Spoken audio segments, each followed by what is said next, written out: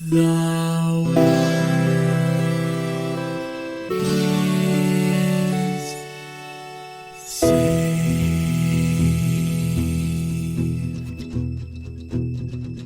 The living room's dark, save for light being cast from the big TV screen and the imminent sunrise that's teasing the one starry sky with whispers of morning.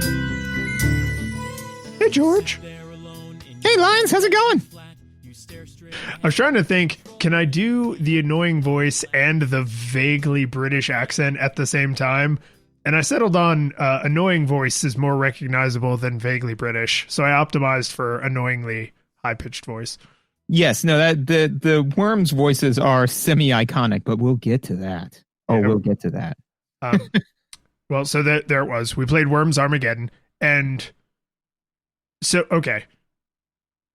I'm going to kind of roll my nostalgia experience into explaining this game, because my nostalgia experience for the Worms series is a mutual friend of ours from college.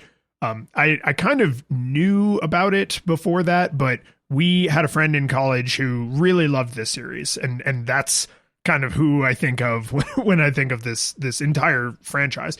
Because there's a bunch of these, and we played Worms Armageddon, which originally was a PC game in 99, and then literally the next year in 2000 was ported to the N64. So we played the N64 version, which came out in 2000, that I associate almost entirely with this one friend from college. Yes, and yeah, no, I actually played it in high school. I think actually probably if it came out in 99, I played it close to when it came out. And if not this, because there's been a whole slew of them, you know. This one is like the third or fourth. This one isn't even the very beginning of the series. Oh no, not even close. I like I said, I played this one, or one of its predecessors. The thing that I remember so crystal clearly was the holy hand grenade. Man, that was my. I've forgotten on whatever version I played, you could go into the settings and you could mess with, turning all of the side items on and up to infinity. It's kind of like doing the Alba bombs on Smash Brothers. Huh. I wonder if they cribbed that configuration from games like this. Yep, very well maybe, but yeah, we just ramped up those holy hand grenades and just kept tossing those until everyone expired, and just giggling like a moron with all of the friends who were playing it. Was like, oh no, I got you, and oh man, that was the best. When I feel like our generation somehow claimed Quest for the Holy Grail as our own, despite it tremendously predating us, right? Like it's almost weird how much more I hear people our age talk about Monty Python, even though they're like all old enough to be our parents. Like it's a weird like claiming of the culture. Yeah, I definitely think it's one of those things that you go home and you're like, hey Dad, man, I'm really into this new movie, and it's like, oh really, what is it? It's Monty Python and the Holy Grail, and they're like, are you serious? Like that was old when I was your age, kind of a thing where it's like my parents watched that, and we're like, no, it's this new thing. We are the Columbus of Monty Python and the Holy Grail. Look what I have discovered. Excuse me. Yeah, we Columbused Monty Python and the Holy Grail. He never go full Columbus. No, you never go full Columbus. That's a mess. My favorite thing about Quest for the Holy Grail, because now that's just what this episode is about, is my friend had it taped off of it was like a bootleg version, right? So someone somewhere had a legitimate copy of it, and then he had like a VHS copy of that legitimate copy. Well, Holy Grail famously just smash cuts to black when they're spoilers for Holy Grail, I guess, 40-year-old movie. Yeah. Where they, they're arrested. No, older than that. Jesus. They're arrested by the police, and then it just smash cuts to black, and they do all the credits up front in the movie, like an old fashioned movie, to make that scene possible.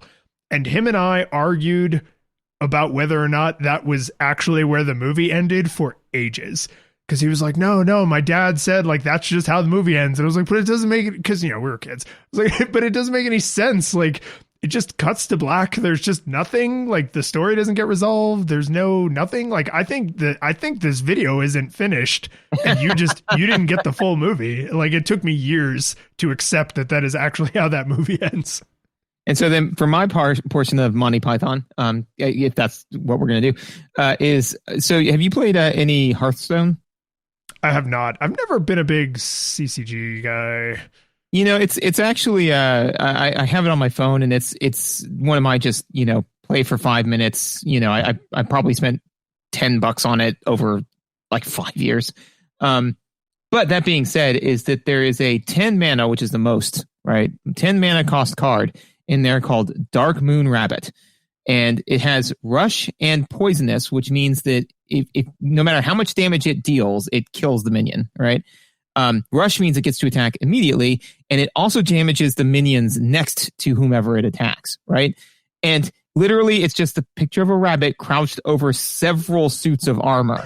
And I'm like, this is a Monty Python reference. And it's subtle. Yeah, right? But again, that is how much Monty Python has pervaded our generation and culture, to where it's just people just kind of expect for you to get why this singular rabbit would be a 10 cost card. I forget what the actual rabbit's name, because it has a name in the movie. The enchanter is named Tim, right? Some call me Tim. Yeah. Crap. I think you're right. I think the rabbit does have a name. Yeah, because it's like a monster. Yeah. Well, the guide knows exactly what it is, and they're like, it's a bunny rabbit. Yeah. Anyway, we should probably at some point get back on track. At some point. Yeah. So we played Worms. Worms Armageddon. Worms Armageddon. Yep. But yeah, so let's chill a little bit. Let's do it. So we got some new followers on the Twitters. We got a couple new patrons last week. We got a couple really thoughtful podcast reviews that I cannot remember if I made you aware of or not, but I promise you they were very sweet. All of that stuff is just an absolute delight. Like every time I get to start a new episode by saying like, smart people came and said interesting things to us on the internet about video games, and nice people left us thoughtful reviews that like have callbacks into old episodes and things like this. It feels really, really good. Patrons obviously help us keep the lights on. So every time someone's like, I will give you some of my money, that helps keep the show running. So we have to, of course, make sure we call out our 8-bit classic, Michael S., and our 16-bit hero, Jacob K., because everybody's money helps keep the light on. They just give the most money, so for them, the light shines brightest. Yes, because money can be exchanged for goods and services and bright lights. Also peanuts. Yeah. I mean, it's all money. Yeah. So visuals, yes. You have an outline of the show. You know how it goes.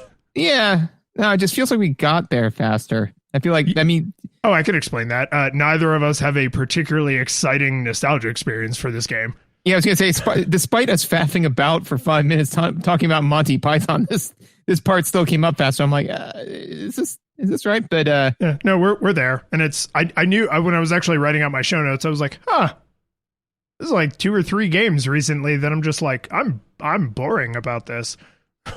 Yeah, no, actually, I have a ton in gameplay. Visuals for this one for me was pretty sparse. Really? Because there's a thing I have in my notes that I was like, he must have hated this. Well, I mean, to be fair, there was a bunch of like I said, game mechanic stuff that I kind of honed in on, and so it is not for there not being anything to speak about on the visuals. It is just simply not where I leveraged my efforts. That's fair. There are lots of things with visuals that I think we've both struggled in the past with. Like, do I want to complain about how this looks or how this looks affects playing the game? Because it is sometimes a difficult line to straddle. So here's kind of my summary of my feelings on the visuals.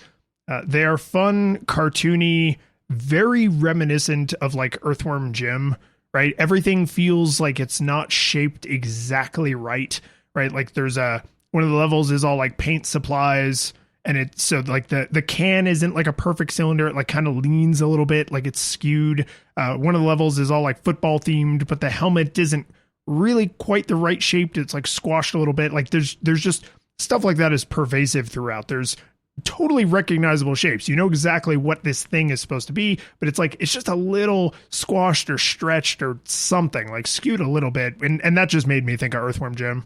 Yeah, or similarly to me, Toe Jam and Earl, you know? Yes. Like where it's just kind of everything. The 90s skewed aesthetic. Yeah, the Rocco's Modern Life, just kind of all of that, you know? Completely agreed. And again, I felt that the visuals, for the sake of visuals, I thought that they were charming. You know, super I really cute. enjoyed, and the style has not really changed over the entire franchise. It basically looks the same, but in HD now. Right.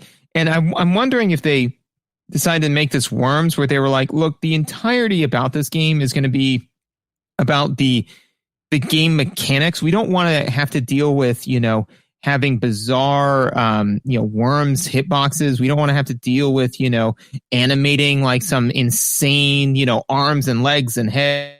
So they're like, what is the simplest thing to animate? It is a worm. It is literally, you know, it's a rectangle basically, you know? So they're like, all right, that's good. That's what this will be then. It will all be cartoon worms. I could see that conversation having had happened, because all of their visual resources, all their resources in general, are kind of poured into the weapons, you know? I would say there's the variety of weapons mechanically is pretty huge, but they all also are pretty much impossible to confuse visually. Even as small as the worms are on screen, because you have a fair amount of the level that's visible at all times, right? It's a strategy game. Mm-hmm. There's I think the 3 starter guns are the pistol, the shotgun, and the Uzi, which you would think are all just like small gray blobs that are in the tiny pink blobs, little blob hands. But even with this level of you know, visual fidelity, you could still see, oh, he's holding the pistol, he's holding the shotgun, or he's holding the Uzi, because it's really simple shapes. You know, the shotgun gets a little two-handed kind of gesture. The pistol is sort of held out like, kind of cowboys at high noon sort of gesture. And it's like, it's a tiny, tiny difference. You wouldn't want to have to like slam on your brakes in your car based on this difference. It's not that clear, but it's clear enough that in the game you can tell that they really emphasize like each weapon should look unique, because they're going to play super unique. So they should also look unique. Well, and also too that, you know, there is a timer for your turn, and so they need to look unique enough to the point where if you equip the wrong thing, that you are likely to see that you equipped the wrong thing. Like this, this isn't, you know, Final Fantasy 2, where whichever sword you have equipped doesn't, you know, super matter, because you ditched the old one. The minute you got the +5 sword, you ditched the +4 sword, you know? You need to know which sword you have equipped, because one of them isn't a sword, it's a sword gun, you know? Pen, mightier than the sword. Pen gun, mightier than the sword gun. All this being said, is I definitely screwed that up, but that's not the point. So yeah, I thought that the visuals were very varied there, in the same way that they kind of leveraged their energy on the mechanics being very varied with the weapons. The visuals were varied with the weapons as well. This is a thing that we sometimes split up between visuals and mechanics, but the hitbox, specifically with the environment, as you blow it up, right, it changes shape, right? And what qualifies as still in front of you to where you can't shoot over it, like a bazooka. Let's just say, hypothetically, you had a bazooka and you were trying to shoot somebody else with a bazooka. The hitbox for, no, you did not shoot over the ledge, you shot yourself on the ledge, is hot garbage, in my own personal opinion. At least it doesn't feel right, because I screwed that up more times than I can count. Yeah, and that there were 2 I don't understand shapes feelings. One was the hitbox when you're firing things that have large projectiles, like the bazooka, right? Like the mortar or any of that stuff. Grenades bounce cartoonishly, right? So you don't want to accidentally hit a wall with those because then they go in very much the wrong direction. The version of this that I found to be more teeth grinding is, I think Skyrim got its mountain climbing mechanics from this game, because there are slopes that I was like, oh, I should be able to walk up that. And then I couldn't. And it completely screwed up my plan because I couldn't climb over that slope that I expected to just casually walk over. And then there were other times that the CPU would just like, get onto its horse and put on its Dovahkiin helmet and just straight up the side of like a sheer vertical surface. I was just like, what? Like, why can you climb that, but I can't climb this like gentle 3-degree like wheelchair ramp? Like, what is happening here? And I couldn't. The materials aren't different. Like they look different, but there aren't any materials in the game where it's like, oh, this performs like metal and this performs like slippery sand or anything. Like there's none of that, right? So I think slippery. If you're on like sand dunes, like loose. I mean, glass is slippery. Did you mean glass?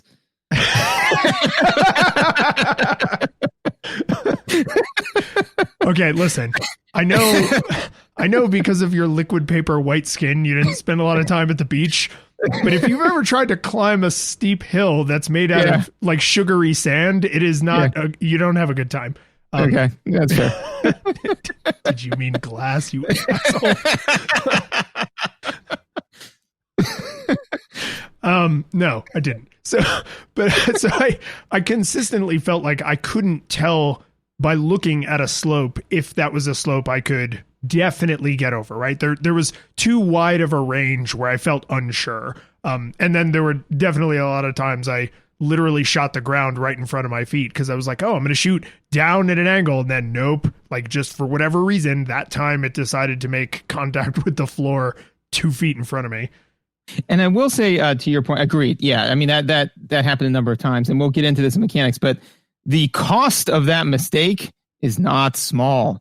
But that being said, is that I will say that, so visuals, for the sake of visuals, charming, visuals and how they service gameplay is really, it's really double-edged, because like I said, I really like the fact that I can quickly look at a weapon to tell you exactly what I've got equipped, and then theoretically how it's going, the weapon's going to handle once you kind of internalize how it's going to handle.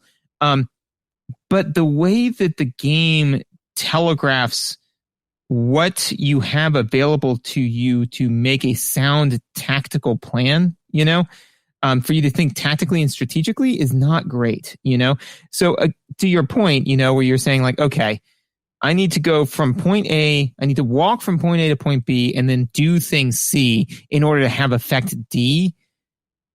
And you've got 90 seconds or whatever to do that. And then as you were doing it, you then spend 20 of those 10 seconds trying to crest this one hill, and then you can't. You're like, well, I was planning on dropping a stick of dynamite on that worm's head.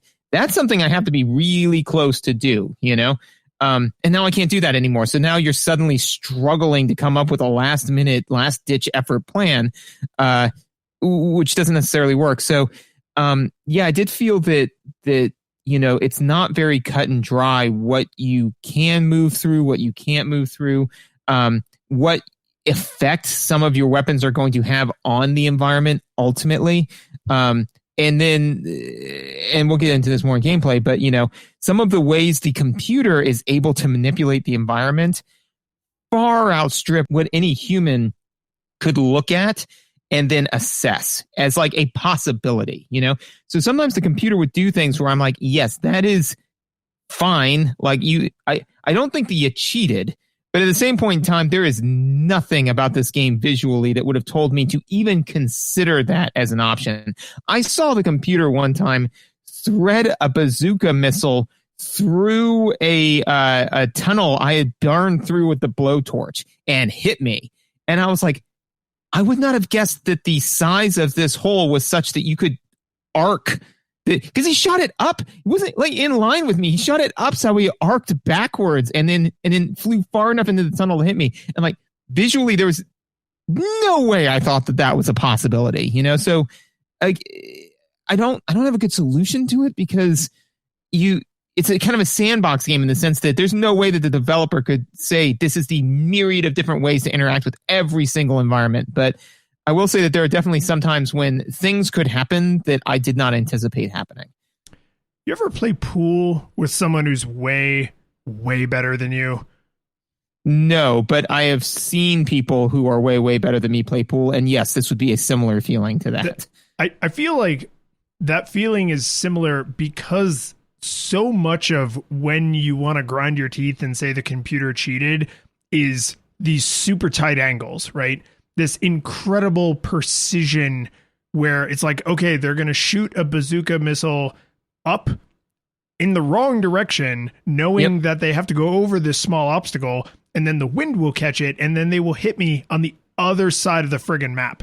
And because this is a 4x3 game, right?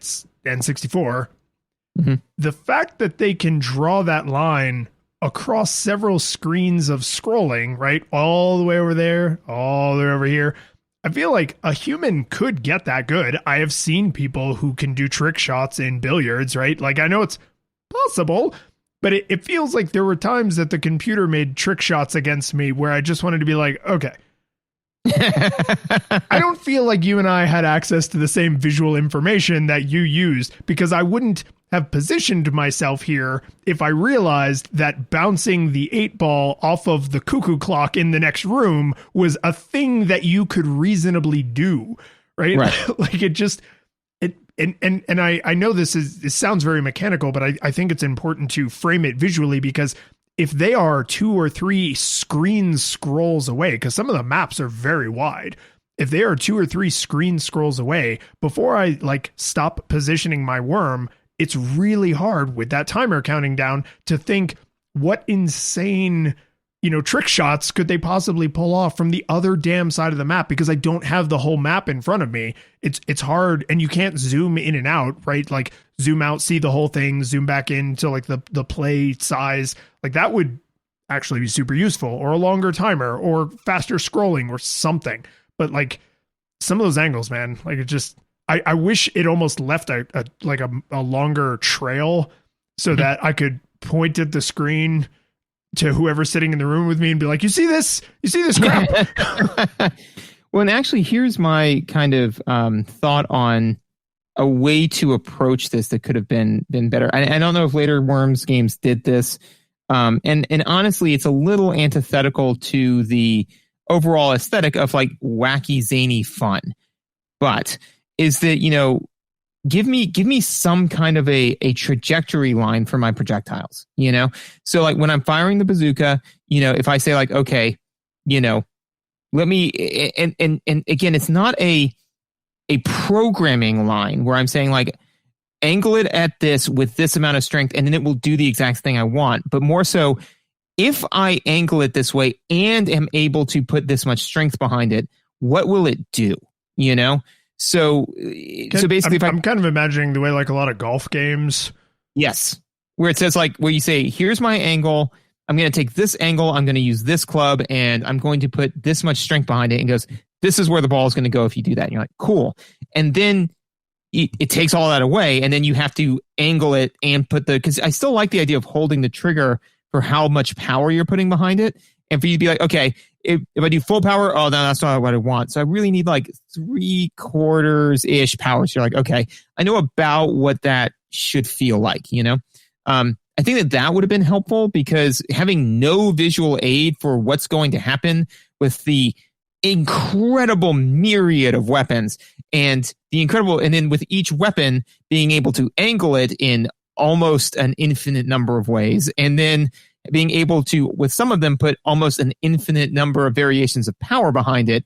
It's kind of difficult to predict what's going to happen, which is hypercritical in a tactical strategy game, right? And some projectiles are influenced by the wind and others aren't. So you have to memorize like, okay, I see that the wind is blowing, right? Because not only can you literally see like things falling in the background, but you've got your little windometer in the bottom right corner, which is super useful, right? Just like in golf, it's like, yeah, this is where your ball would go if the wind was dead, right? Right. So like you're making basically the exact same kind of calculations you would make in golf. This is golf. It's golf. It's golf. Yeah. It's like Hot Shots golf. It's cartoony golf, right? But what I think is, and just in case I forget to tie this back later, I'm going to talk about how steep the learning curve is on this game.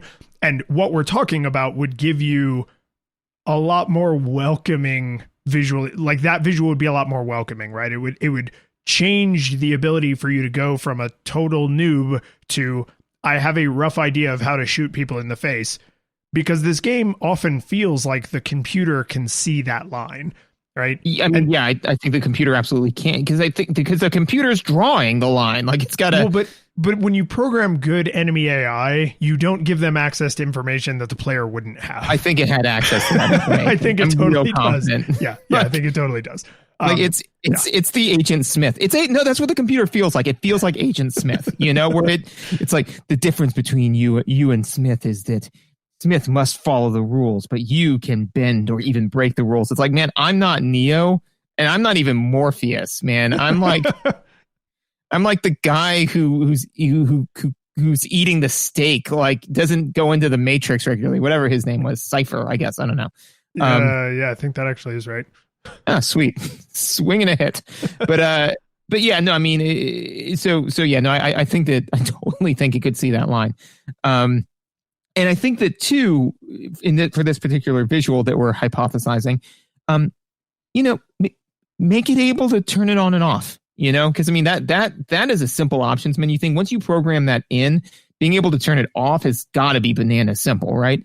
So. Well, I mean, the trajectory exists. The game knows what it is. We just can't see it. Yeah, exactly. Just give me access to this information and allow me to turn it off. So that way, I mean, it would be great because you and I, when we were first starting to play, we could just sit there and, figure out the game and all this sort of stuff. And then say like, okay, let's do a couple with the telegraph turned off. And it's like, this is going to get stupid. It's like, yeah, it is. Especially because I like the idea of being able to turn it off, because then what that would probably incentivize is way less crazy trick shots and way more running up to somebody, tossing them dynamite and running away, because you're like, I'm not going to, which is what I did. Eventually what the trick shots that the computer was doing and my skill level forced me into a weird gameplay style where I was way more like Krieg in Borderlands, where just like a mad bomber.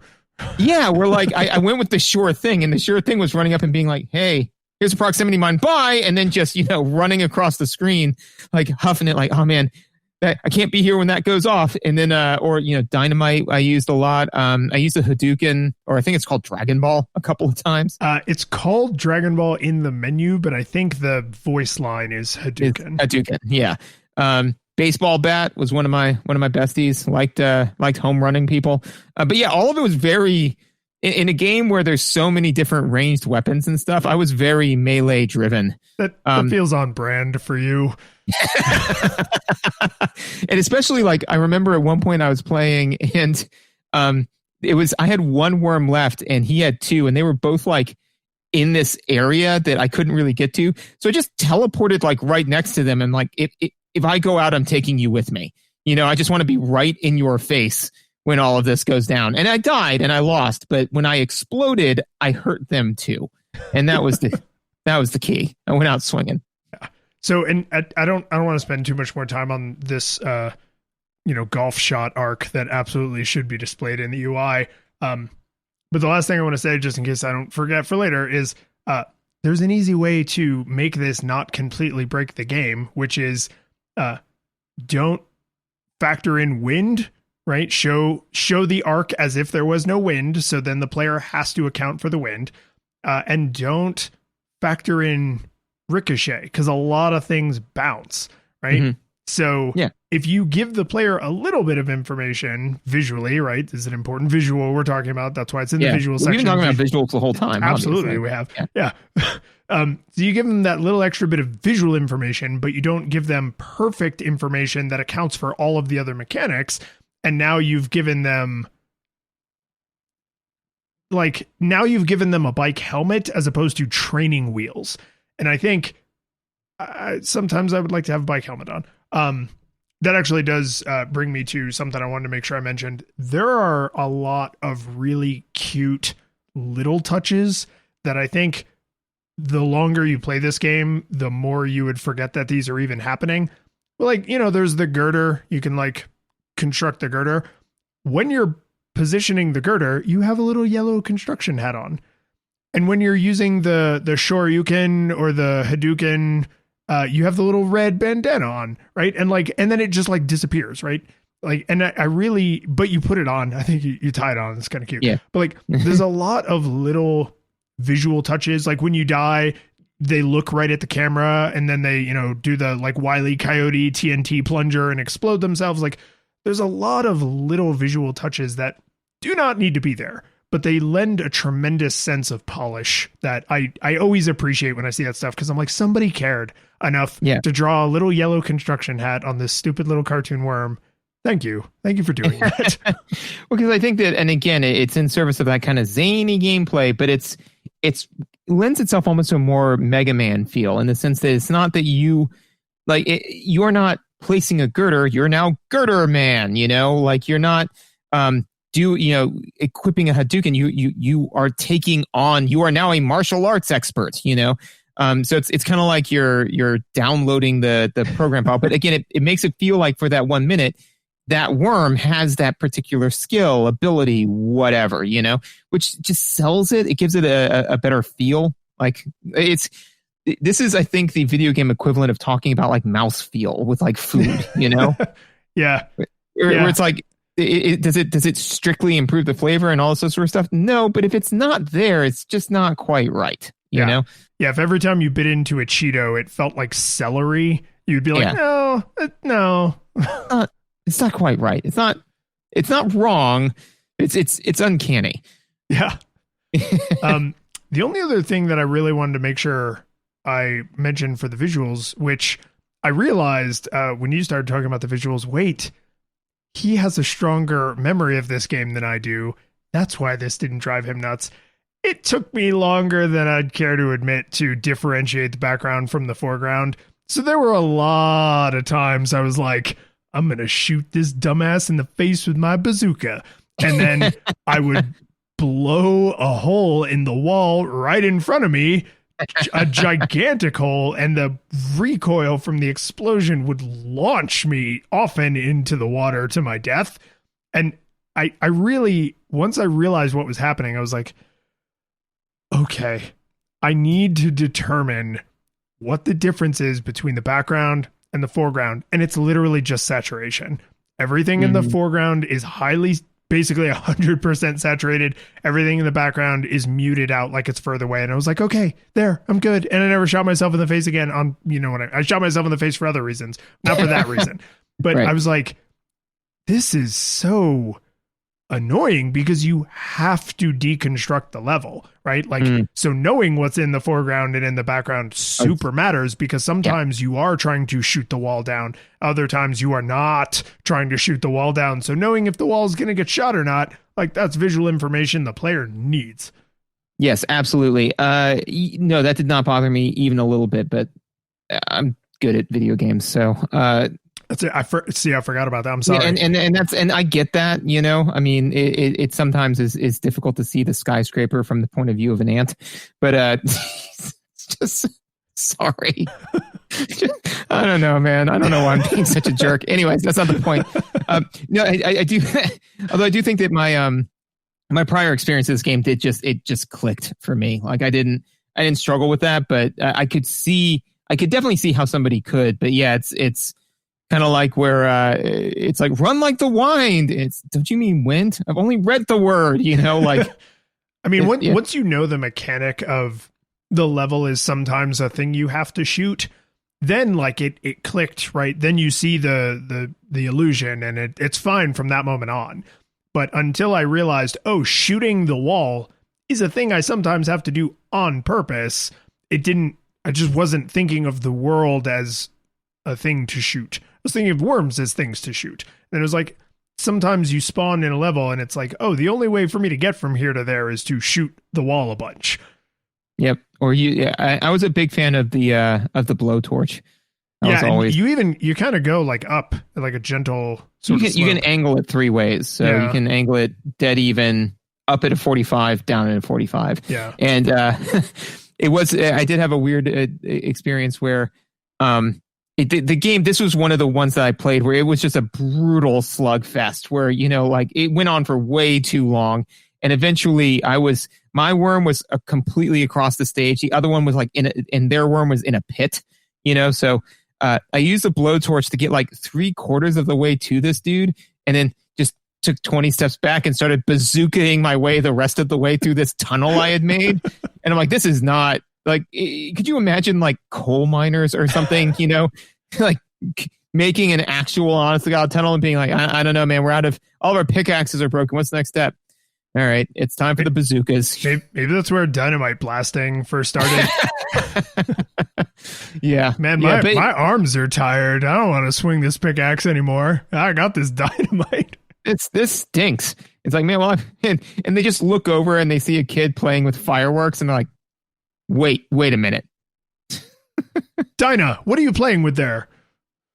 It's something I might want to get involved with. Dear Lord. Do you have anything else for the visuals? No, that's absolutely the note we have to go out on for visuals. Okay. So this game, like several we've played recently, which is just, it's always weird when we like bumble our way into these bizarre little patterns. This game doesn't have a lot of music. Like there's a little bit all the time, but it's like really subtle and kind of quiet ambient music. It has a melody, like it is a tune, but it's really ducked, really, really quiet. The title screen has a little bit of like a fanfare. Some of the menus have like a little bit of fanfare, but there's really not a lot of music in this game, or at least, I don't know, maybe there's later friggin' musical themed levels I didn't get to, but like there's just not a lot of music. It's kind of it's quiet. The whole focus is on the voices and the explosions. Exactly. No, and I think that, well, first of all, there's tons of music once you get past level 10 in Deathmatch, obviously. But that being said, I think that the reason behind that is what I'm sure you're about to lead into, which is that this is another game that we played recently where the audio information that they're actually driving to the player is super important. They are actually leveraging the audio pretty heavily in this game to inform you of things that are happening. The easiest, the lowest hanging fruit to point to is the amount that you have charged your gun before you shoot it, like the bazooka, is it goes like shh, and then it fires, right? So the fact it gives you a little visual on, the strength of the gun, right? But the audio also helps. So if you eventually wanted to do those wild trick shots, right, you would need to, I think it would almost be easier to hear when you needed to fire the gun as opposed to see when you needed to fire the gun, Yeah, so you kind of end up like, it's not triangulating because it's only two pieces of information, but you start to, the third one is your finger on the button. Haha. You start to triangulate how to get the result you want from the feeling of pressing, depressing and then releasing the button, the sound effect and the visual. I did it. I came up with 3 things. And I'm always surprised how, like, as we've, been critiquing stuff, you would not go to most people who've played this game and say, how important is the when you're firing the bazooka or throwing a grenade or whatever? They'd be like, what? Oh, right. The noise it makes. Yeah, I guess. And it's like, no, super important. You just didn't know it, but your brain did. Exactly. No. And that type of insidious is the wrong word because that implies malintent. Yeah, that's a pejorative. But that means subconscious. Maybe? Yeah. So that type of insidious information that they're feeding into your brain, it is that where it is very subliminal as opposed to the images, which are superliminal. But they're feeding. Join the Navy. Okay. But they're feeding you that type of information constantly. And I think it's because they really are trying to give you as much information as possible so that way you can make informed decisions. Especially if you're sitting there watching worms explode. The sound that the little fire shrapnel makes a distinct sound. The sound of an airdrop makes a distinct sound. The sound of the sheep fired from the sheep gun makes a distinct sound, you know? And again, it's all so that way it can kind of help kludge the cognitive load that you're chugging trying to make all of these decisions, you know?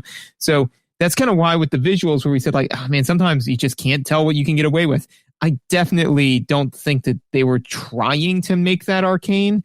I think that that's an error because they were just trying as hard as they can to feed you as much information as you can because they don't want it to be their fault that you didn't know that health pickup was there. It's your fault. So the fact that, you know, they say like incoming and then the sound of a jet every time and the sound of a thing hitting the ground every time. It's like, man, if you missed that, I mean, if you were in the other room, you would know that a health drop just hit the ground. So we're trying to get your attention, and the amount of noise and not actual music, but fanfare behind the thing is proportional to how much they want to draw your attention to it.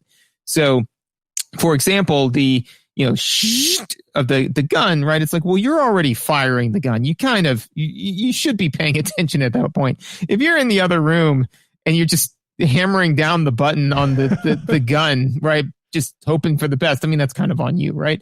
But when ammo or health drops are coming in, the camera pans up to it. It makes a very distinct, like, flying noise. It makes a dropping noise. The worms comment on it. You know, like there's a whole lot of audio cues to be like, this is a thing you should be aware of because it could very well be game changing. Okay, so you said the worms comment on it. We gotta talk about the voices, right? Like, yeah. You called them iconic, and I was surprised how not annoyed by them I was. Like, I really, because there's what, half a dozen or more voice options in this version of the game. I'm sure the PC version had like a million voices, but like the N64 one, I think, has like half a dozen or so voice options. There's the super iconic, like bye bye, right? Really high, sounds like a small little creature. But then there's a couple that are obviously like celebrities. It's the very 90s, you know, let's incorporate celebrities in here that children may or may not even know who we're referencing, right? One of them is kind of a Stallone, Schwarzenegger-y 80s, like, you know, like I'll be back, kind of like that sort of. I don't think they go that close to an obvious reference, but it's that sort of speaking pattern. But it's not high pitched, right? It's like right. a more normal masculine register. There's another one that I was like, oh, this is definitely supposed to be some celebrity, but I have no idea who they're parodying here. But there was a bunch of phrases that were too specifically phrased. I was like, this is referencing a real person or a character that an actor played repeatedly or something. But there's just just enough variety that I didn't find myself being like, stop it. Right. Like it is very repetitive. Like, no question. You will eventually hear the same voice lines over and over and over, but there's enough explosions and shenanigans and things popping and airdrops and items coming in and stuff. Like, there's enough sounds between that it breaks it up a little, right? Because what I often think of is like, if you ever played like Mortal Kombat or Street Fighter with a friend who wasn't a good friend, and they used like a cheap series of combos you couldn't break out of. So like in Mortal Kombat 2, you could do the Scorpion like, get over here. Yeah, and then you have to hear that over and over, right? Or someone who just stands in the corner and just goes, Hadouken, Hadouken, Hadouken, Hadouken, and it's like, stop. This is going to end our friendship. You have to stop. Our friendship is going to die with the penultimate sound of a Hadouken and then the ultimate sound of me punching you in the face, right? Like, it's just, it never gets to that dark place. You think it would for how repetitive some of the voice acting is, but it's thinned out enough that you're okay. Well, and I would make the argument that it's because first of all, I found the worms' voices charming, you know, again, like with the animation. It's a good word for it. But I think that's because the negative ones are always spread out enough that it's not going to bother you. So, generally speaking, there's no Hadouken button where, there's no thing that a worm can spam that's going to, frustrate you like that, where it's like, oh, well, I guess they're calling in another airdrop. It's like, no, man, you got one of those, and you can't even use it until like 5 rounds in, so you're not going to see that a lot. And even the, bye-bye, like that, which would be annoying if you were constantly hearing that. Two things is, one is that sometimes that's a good noise because you killed the other guy.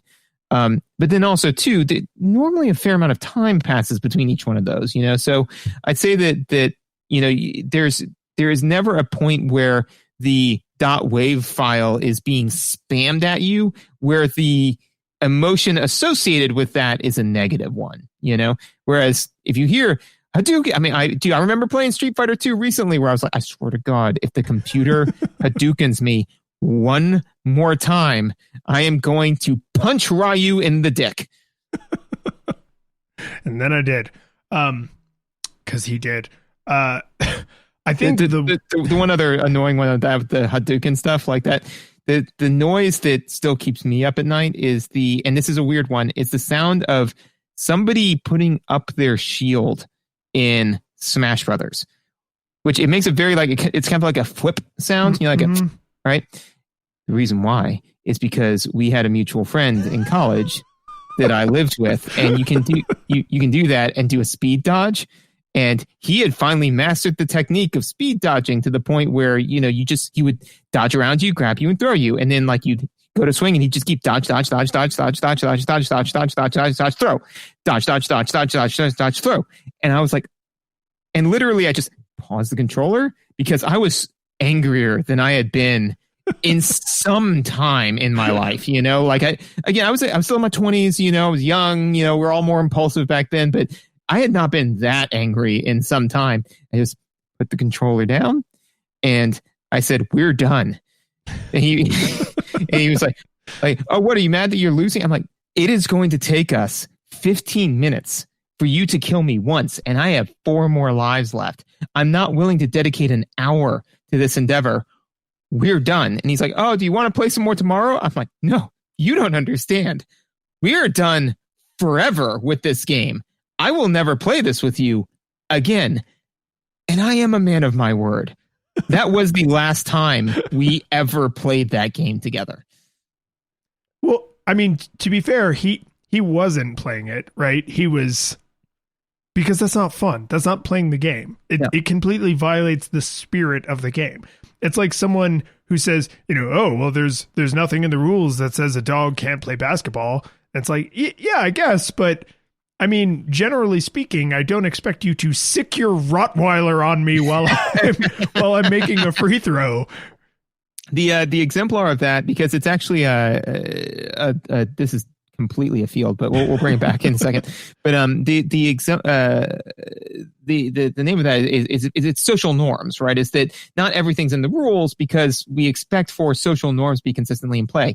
So when you're playing a video game and you're playing it for fun, if there is a way to break the game, it's like, well, that's not the point of it, right? The exemplar that I heard once that I've always latched on to, which is to say that if you and I sit down and say we're going to play a game of chess, it does not say anywhere in the rules that I can't break a chair over your face, which means you can no longer play the game, which means that you forfeit and I win, right? And it doesn't say it in the rules. No, it doesn't. But generally speaking, when playing a game of chess, one expects to not get chair-faced. So, yeah, it's that. But no, I did not have anything in this game that made my blood come to a rolling boil like it did in that particular instance. The one thing that is, I think, even close to, in my experience, being borderline annoyingly repetitive.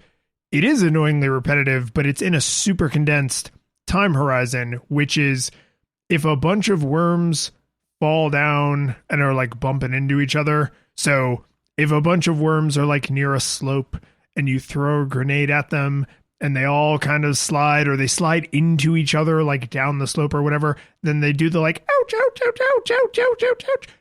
They designed the friction, I guess the coefficient of friction is relatively high. So even on those really steep, Skyrim mountain slopes that you can climb with a horse, they don't slide endlessly. They slide into each other. It's annoying for a second because they're all crying out in pain, but that quickly ends. And that situation does not come up very regularly. So even the closest example I can think of to this noise is annoying, partially because it's repetitive, partially because it's being delivered in this super high-pitched voice that is otherwise perfectly charming, but you found a way to push it past the level of comfort. They still were like, oh, but it's only going to take a second. It's like, oh, it's just a second. Oh, yeah, it's fine. It's fine. I can deal with that. Yeah, and I think that to your point is that it happens very infrequently, because that would get super annoying if it was something that came up regularly. But to me, the way it telegraphed in my mind was, it's like, oh God, oh God, oh God, like everybody's just running into each other and like, shit, like that kind of thing. So, so it, to me, just like when Peter Griffin does that, like if every episode had 5 minutes of him doing that, it would be just mind-blowingly annoying. But the fact that it's just occasionally happens, like, they're all running into each other.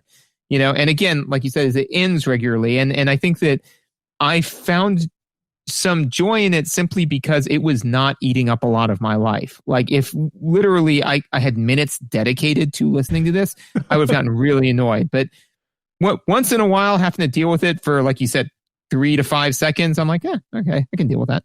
Yeah, it's like any other silly cartoony thing. It's you got to be careful you don't overuse it, right? Because a lot of like what I'm kind of thinking of as a good parallel is like SpongeBob's laugh. Like his laugh is heinous, but I guarantee you, if you watch an episode, that there's probably a minimum amount of space between that noise that they either don't go under, or if they do, they play it for laughs in universe where the characters are aware that his laugh is annoying. Right. And so like that kind of, oh, we have this tool. It's a spice, right? I would like some salt on my steak. I don't want a pile of salt that obscures the steak entirely. Like then it's not good anymore. More salt is not better forever and ever. The salt content in that dish was 10% below a lethal dose. Oh, I shouldn't have had seconds.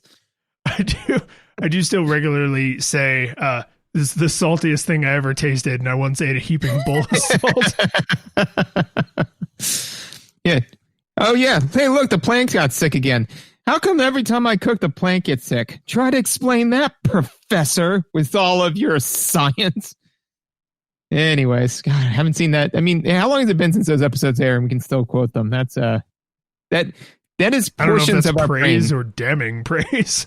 Yeah, I don't know. But the thing that I always bums me out about that is it's like literally I have areas of my brain dedicated apparently to that information, but there's like way more critical information that I forget, despite being told several times. So it's like, man, brain, could you hang on to the stuff that I need you to hang on to and kind of delete out some of the more nonsensical stuff? It says, nope, TV quotes. Here you go. Thanks, brain. Good job. good braining. Gameplay? Yeah, there's a lot to say about the controls and mechanics. Anyway, I wonder how many people have ever looked at the chapter markers and been like, it's not, where is this section of the episode?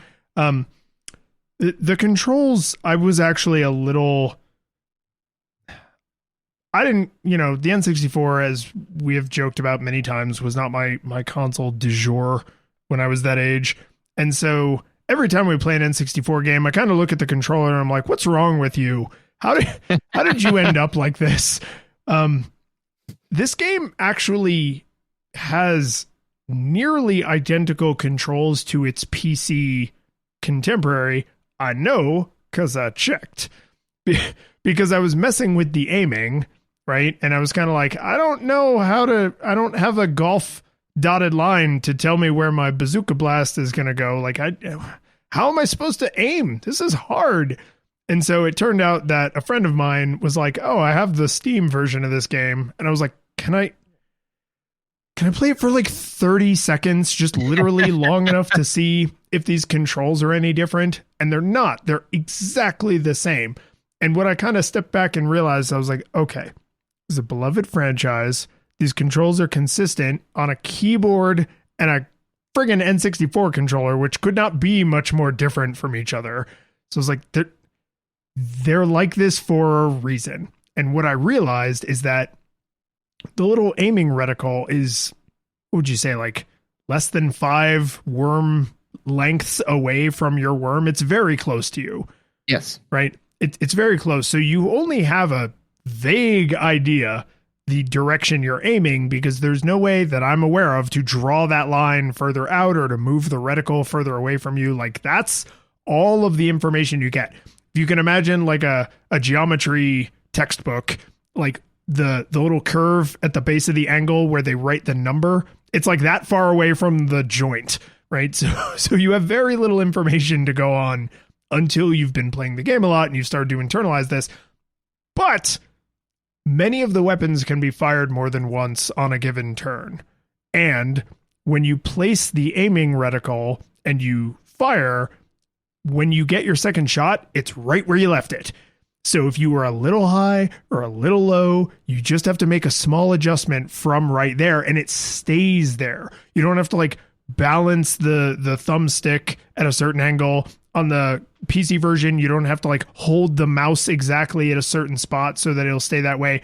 So I don't think it's enough mechanical information to allow you to rapidly internalize aiming in this game. But I do think they made the right decision in saying, we will leave it right where you put it. And so that you can look on the screen and like literally trace with your finger if you want to, and try and decide how straight that line is.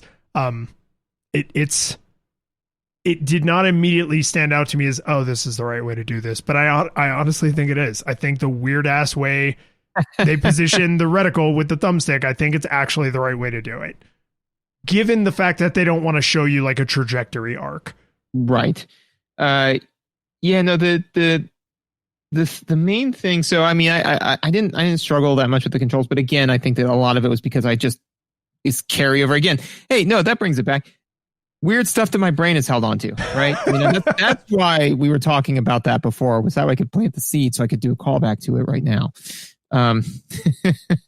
Balance.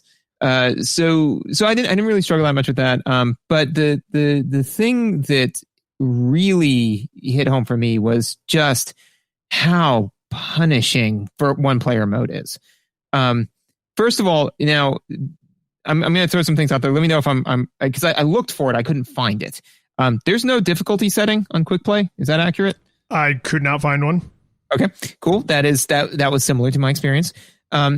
So there's one way to quick play the game, man. You want to play a quick game of Worms? That's fine.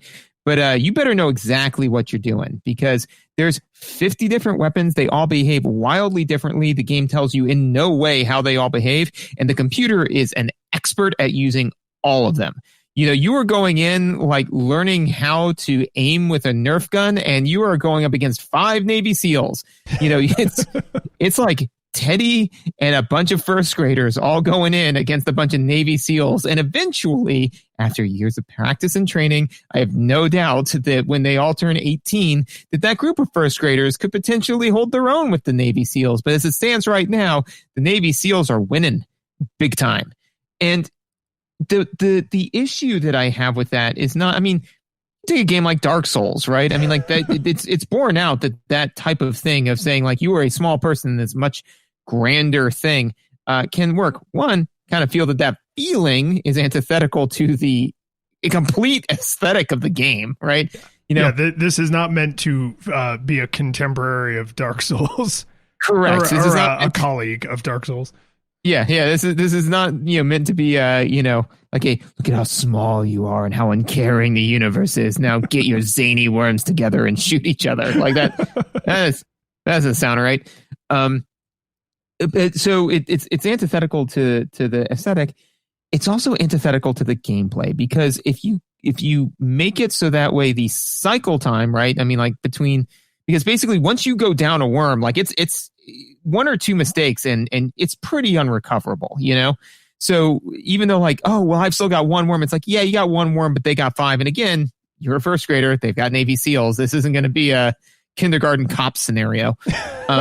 So with all that being said, is what that does is it quashes exploration, right? You don't try all the new things because, hey, you know, if this one turn or this one action goes wrong, well, I've got like 15 other actions. I'm kind of ahead. So I can take a risk with this one. It's like, nope, even if I play the game from my seat perfectly, there is a high likelihood that I'm going to lose within the first 5 turns. Even though the game won't be over, I'm going to lose in the first 5 turns.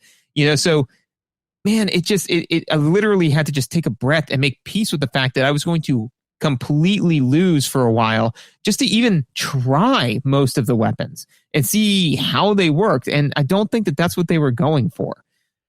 No, and this was my experience because I had put my hands on this game before this playthrough, but so fleetingly that I was coming to this with pretty fresh eyes, right? But you had played it before, so it still technically counts. I tried to go through the tutorial, and the tutorial is just a complete waste of life. It does not give you nearly enough information. And just quick throwback to visuals, there are instructions on the tutorial screen and on the mission screen. Like before you actually start the combat encounter, it's like, here's what you're going to be doing.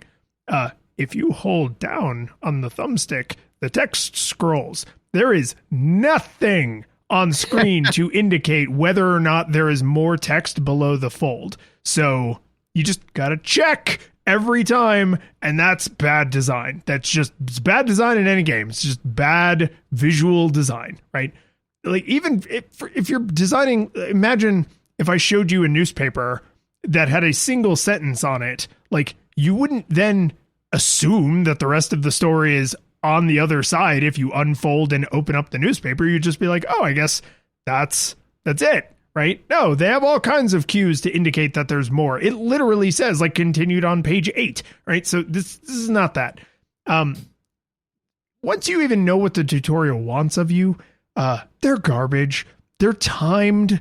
You're punished for failure. They give you tasks without really making it clear how you might go about potentially completing those tasks. And then after I got through like a couple of the tutorials, I was like, all right, okay, I'm just going to go try the missions, I guess, because like an idiot, I was thinking like, oh, the story will follow a difficulty curve. It doesn't. They just immediately dump you into complicated scenarios and they're like, solve this problem, genius. So that was not a great experience. So unfortunately, I had this really circuitous route to get to quick play, which is where I should have started in the first place. And then it took me several rounds of quick play before I was like, okay, I got a bunch of crap in my inventory. I got a whole army of first graders that have to somehow kill these Navy SEALs. So I'm just going to burn a few rounds of quick play trying all the buttons, right? So I just, on every worm's turn, I would just be like, what does this do? What does this do? What does this do? What does this do? And then after I had done that enough times, I was like, okay, now I have enough crayons in my crayon box that I feel like I can color a picture that won't just be solid black, right? From corner to corner. I think it would have been solid red, man. That's true. It would not have been crayon. So that was frustrating because I was like, this game, like the mechanics of the game seem really excited. I sure wish there was someone here to teach them to me. Right. Including the game, you know? Yes, it's just ridiculous. Like the learning curve expects that you're playing this with your friend who already knows how to play the game. Or that you're playing with your friend that doesn't know how to play the game, you know? Because that's the thing is that the game, and this is the thing is, literally my note says, made to be played with 2 humans, you know? Because if you're playing it with a human who is a Navy SEAL and you're a first grader, they'll teach you how to be a Navy SEAL. They'll walk you through and be like, I wouldn't do that. Be careful with this. Watch out for this. You know, they will be your guide and mentor, right? Or they will also be a first grader and you'll both just shoot each other in the face with Nerf guns and laugh your butts off, you know? there's just no, and again, it's like like you said, there's so much, the game seems so exciting and the visuals are so exciting and fun and interesting.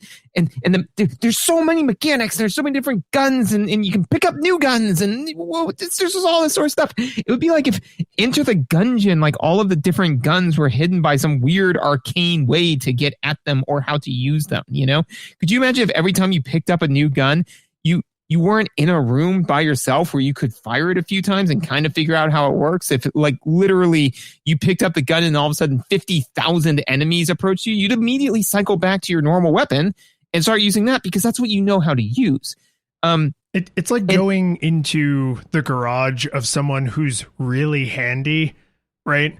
And they're like, oh, will you grab a hammer over there? And you just look at their immaculate tool bench with things you don't even know the name of, let alone what they're used for. And you're just like, is this the kind of hammer you want? And they're just like, no, not that hammer. The other hammer. This one? No, God, forget it. I'll just get it.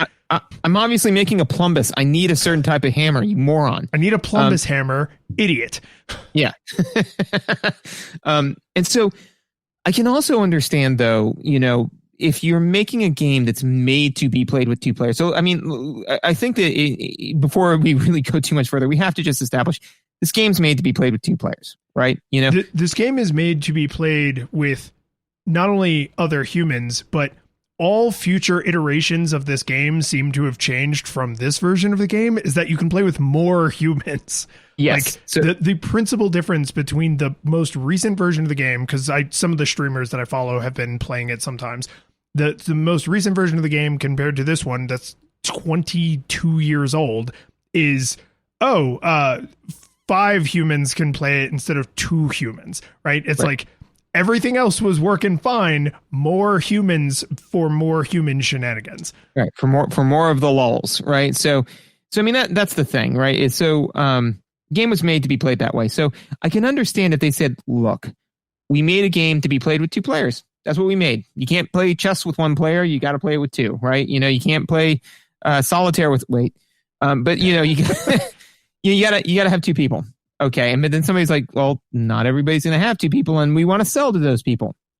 They said, okay, well, I mean, we'll throw an AI in there. And then they just basically said, okay, here's an AI. It's basically God, and that's why I'm just convinced that the AI does know how the lines are drawn, because I don't think they put any effort into it. And I get that there's a limited amount of money, right? And if you had an extra $10,000 and you're like, look, I can either spend that $10,000 on AI or spend the $10,000 on the Holy Hand Grenade of Antioch. Which one of those 2 things do you want in this game? Holy Hand Grenade, hands down. Let me set the number of worms I'm fighting against. That's it. That's 0 cost, right? So just let me say, I want 5 worms and I want to fight 2. That's it. Because that way, even though they are gods, right? I got 5 guys, so I'll put my 2 in the corner, and they will just be figuring out I'll have my R&D section of worms where they'll just be trying out all of the different weapons on each other. So you have your James Bond worm and like your Q worm. Yeah. It's just like, oh my god, that burned him to near death, man. He's almost on the floor. Hey, what does this dynamite do? Like, how does this work? And then I'll have my other 3 worms attacking the other 2 worms with their tried and true bazookas until the boys in the back room come up with a triple axe hacker or whatever. That's I'm conflating 2 stories. A triple sling jigger. That's what it is. There you go. And then all of a sudden my armies can now use that, right? Just that to me is the failure. Everything up to that point, it's like, I get it, man. You made a game for 2 people, understood. You have a limited amount of money and you spent more time putting more zany stuff in the game, understood. Why didn't you just let me pick how many worms I'm fighting against? Like that to me is the failure, Yeah, I thought a lot during this playthrough about your nihilistic playstyle in some games where you're like, I stubbed my toe, better just kill myself.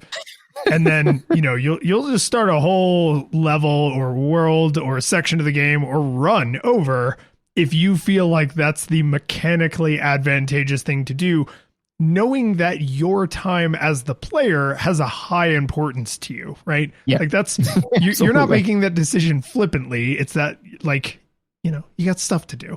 So when I was in my experimentation phase and I was trying to come out of my what do all the buttons do, you know, phase, there were a couple times where like I loaded up and the worms were not positioned in a way that was particularly advantageous. And one of their Navy SEALs shot the floor out from underneath me. And like 4 of my 5 worms died in a single shot. And I just pressed start and then quit, back out, and then just press A as fast as I could to start another quick start game, which I mean, it's cartridge game, so it's all pretty fast. But I was just like, okay, like I really wish there was a way to make this experimentation phase a little bit like less reloady, you know, like I want to experiment. I want to learn the game. Please let me play this game that I want to learn. Like it really does not support that well. And because I didn't have a second controller, I couldn't play 2-player in this and then have it like have the other player just be no one who sat there idly. And if the game design is expecting you to do that, which granted, I don't think that it is, but that's incredibly lazy, right? It's incredibly lazy to expect the player to say, oh, well, if you want to test out how the moves work, just plug in a second controller, because we'll only allow you to play 2-player if there's 2 physical controllers plugged in. Plug in a second controller, and then you can do whatever you want. Imagine the modern like Smash Ultimate with its roster of 7,000 characters. If million characters. Look at me, how many characters there are. Yeah. Imagine that without the clean room that lets you just do whatever you want against whoever you want for as long as you want, right? In you know, Mortal Kombat, Street Fighter, like, yeah, you don't need the clean room in those early games because you just play the game and you'll figure it out. There's not that much to figure it out. Worms is on the other side of that dividing line. There is so much, and the game does not tell you. It just expects you to experiment and figure things out. And what really broke my heart about it is there's so much opportunity for fascinating, creative solutions to problems. Like, yeah, you can use the blowtorch to dig a hole through a wall. You can also use the shotgun. Like, you can, you know, you can try and use explosives to like get down to a guy who's below you, but you also have the little pneumatic drill that'll drill like straight down, right? Later you get a teleporter and you can, but you can't do anything else on the turn where you teleport. So where you teleport really matters. And sometimes if you're really lucky, you can teleport right next to a dude and fall on him and push him into the water, right? Like there's so much depth to the mechanics that it leads to tremendous opportunities for creativity. And the only way to tease that stuff out is by paying the cost of time. There's no, unless you have someone to tell you, there's no other way to discover that stuff. You have to just put in raw time. And that's a bummer. Yeah, no, I mean, it's just, it's, and again, this is where definitely my nostalgia goggles come into play, which is that I pretty much exclusively played this game with friends, you know, and we would just get together and Nerf ball each other to death and just laugh. I mean, just giggle until our parents came into the room and said, guys, go to sleep. You know, I mean, it was a blast. It's 4-player GoldenEye. Yeah, exactly. You know, it was so much fun. And then I do remember playing this game a little bit on 1 player, but at that point I had played it enough with friends that it seemed I had some idea of what I could do, you know? Yeah, it's an issue. I think too, to kind of ebb off of that flow, which is that, you know, as we said, none of the weapons kind of telegraph anything. Like you said, some weapons you can use multiple times or still use a weapon afterwards, like the parachute or the grappling hook, right? Some of them you can't, like. And there's not, now there is a mechanical reason behind it. So for example, I understand if it was like, okay, if it's move related stuff, then you can use a weapon afterwards. You don't need to waste your whole move moving. Okay. Not true though with the teleporter. teleporter's movement based, but that shoots your turn, you know? So I used the teleporter first, and then all of a sudden I was like, oh man, I really need to get from point A to point B. But I don't want to use the parachute because that'll put me right next to the guy. And then my turn's going to be over. And then I was like, I don't know. I don't really have another option. So I just did it. And it was like, okay, you can keep going. I'm like, oh, I can? Oh, well, this is game changing. Here's a landmine. I'll see you later. And then I ran off. But again, it just, without telegraphing that, it just doesn't help. So I'm gonna admit my own ignorance and defer to your worm wisdom. That information is not conveyed anywhere in the UI, right? Not to the best of my knowledge. Not that I can discern. It doesn't tell you how many steps you can take, which weapons you can fire more than once, which tools you can use, and then also use a weapon, right? That information just has to be experimented with and then memorized. Correct. And the worst part is that the weapon that they default you to is a one and done. You know? Yeah, bazooka. Yeah, the bazooka, right? Like you fire the bazooka, you can move afterwards, and then your turn's done. You can move afterwards unless you take damage, which I actually do like that mechanic because I like the idea of, you being able to move afterwards unless you screw up and hurt yourself, at which case then it's like, now you're done. So I kind of like that. But that being said so that's your default weapon. So directionally, there's no reason to think that the majority of the player base would not have that be their first experience with weapons in the game altogether, and thus extrapolate that all weapons work that way, So until all of a sudden you find the exception to that rule, and then that's almost more disheartening because all of a sudden, okay, all weapons are one and done. And then in my experience, you use the parachute and it's like, oh, not all weapons are one and done. I have now found the exception to Newtonian physics that has now shattered physics, because now I have to question all of the weapons. It's like, oh my God, I just did one thing that literally brought up 50 different problems, Yeah, it's exciting if you feel like you have time to now go plumb these depths. And it's very frustrating if you're like, I thought this problem was solved. And now I know it's super duper not, right? And a lot of the things, there's kind of like a value that you can say like, oh, the teleporter kind of broken, right? If you could instantly teleport anywhere, even just once, and then murder whoever you appeared next to, like that wouldn't be very fun. Everyone would just use the teleporter as their first turn, and whoever went first would just win, and that would be that, right? So you gotta say like, okay, this costs too many awesome points, and so all of your awesome points are going to movement on this one. This other one, only half of your awesome points are going to movement. So you can still work, but not everything, because some of the weapons are so powerful that they take all of your awesome points. So you can't use an all awesome points weapon if you moved at all. And I'm glad we're talking about this because there's the teeniest little visual inside the weapon select menu to let you know you've already spent too many awesome points, which is something you can't use, is kind of like grayed out. It's like sort of a pixelated kind of effect. It was the N64. They couldn't do much with those few dots, but like you can tell like, oh, this is a solid icon. I can select that weapon or tool. This one, not so much. But by then you've already spent the awesome points.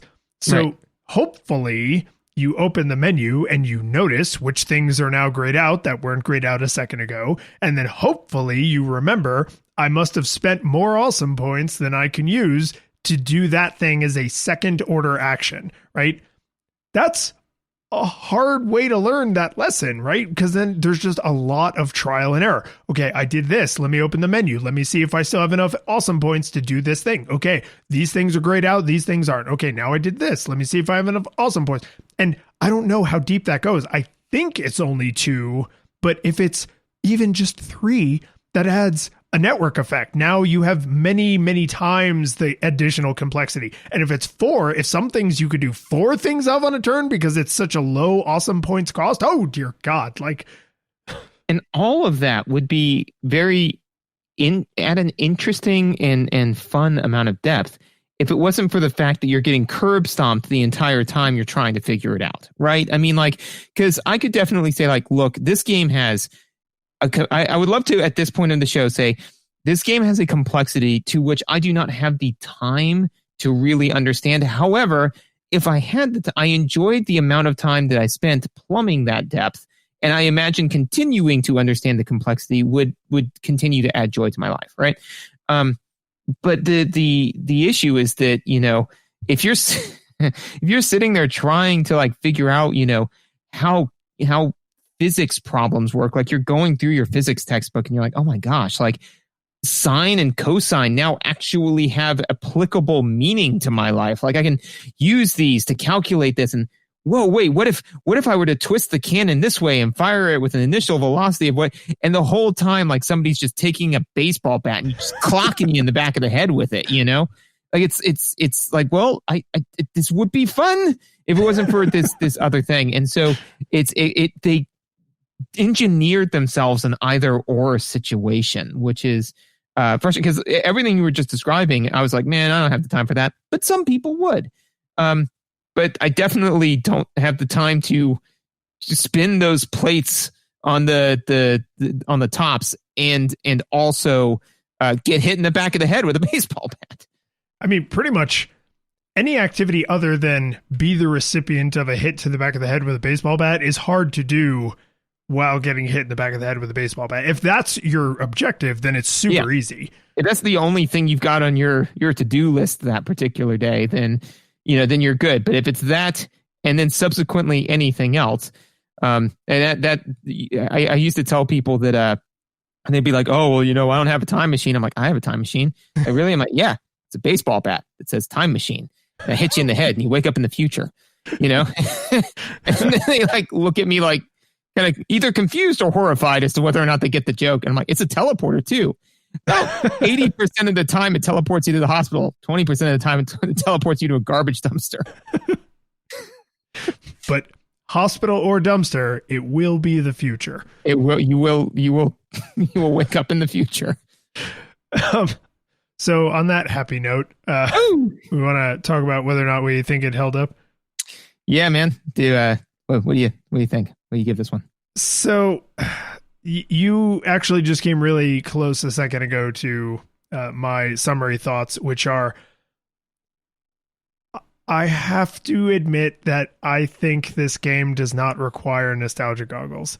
I would say this game is no nostalgia goggles required, with the two caveats that you either need a tremendous amount of time and patience because the game will not give you the mechanics. You need to figure them out through studious patience, right?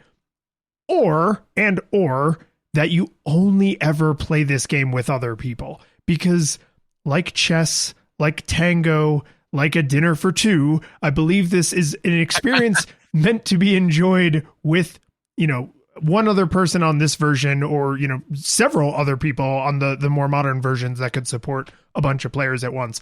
Because every person I talk to about this, every streamer I observe playing the more modern versions, they're all doing exactly what you described you did when you were a kid. Just shooting yourself in the face with a bazooka and just laughing and laughing and laughing. And you can't really have that experience in the quick play single player. You can have the, oh, I nailed this amazing trick shot experience. You can have the, I came up with a really clever solution to this problem experience. But the game isn't optimized for those things. The game is optimized for shenanigans. And it's just hard to enjoy shenanigans in a solo experience. Shenanigans is a group experience. That's why the word has so many letters. It's, you bring your friends, right? So I weirdly, like, I didn't really enjoy playing this that much, but I would say, like, as an artifact of game design, no nostalgia goggles required, but for the love of God, don't play it alone. And so this is where I think that, you know, I'm going to start working, you know, so I agree with you. No nostalgia goggles required. Right. But this is where the kind of new side taxonomy. So again, our show's nostalgia goggles, right? So that's the rating, right? But there's a sub rating system that I'm working with, which is how well made is the game, right? on one axis, and then how enjoyable was the game or the gaming experience on the other one, right? So this game is lawful evil, right? So it's incredibly well crafted and was super not enjoyable, right? Because there are some games that are chaotic good, right? They're just tragic, just garbage games, but man, they're a blast and a half, right?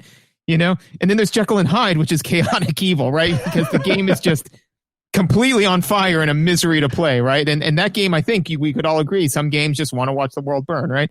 So this game's lawful evil, right? You know, where I was just playing it, and I'm like, there's so much here, and it's so well crafted, and the physics are so consistent, and I hate this. I hate every second of it. I'm so angry right now, you know, like it was just so painful for all the reasons that we said. It's again, you know, like is in order for this thing to go to lawful good, you have to have a party, you know, like you need a full party of players, and I think that for each additional person you add to the party, it goes up an alignment category, right? Until it's just this great, lawfully good game. But man, I'll tell you what, this gaming experience, I would more than happily have misjudged, shot that bazooka in my face, and just said, bye-bye.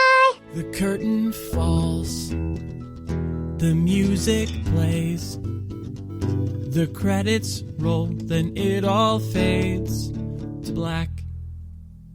And you're left by yourself. The fanfare is gone. There's no player two there by your side to share victories won. But as you slowly progress down the hall to your bed, a few great events leak back into your head from the time that you spent traversing the land, battling evil, fighting the darkness, just sword in hand. Your memories creeping with the edge of a smile. You realize again what you lost for a while. You're gonna think back much less on how you saved the day than on all the experience gained. At the end of it all, gamers play what we play, not for game over, but rather for what we take away. The world is saved, but who cares? We both know that that's not what you came for. Your next adventure already in sight. You're all set to go. You're excited to see what's all wrong till it's right, and the world is saved. So you're more along for the ride.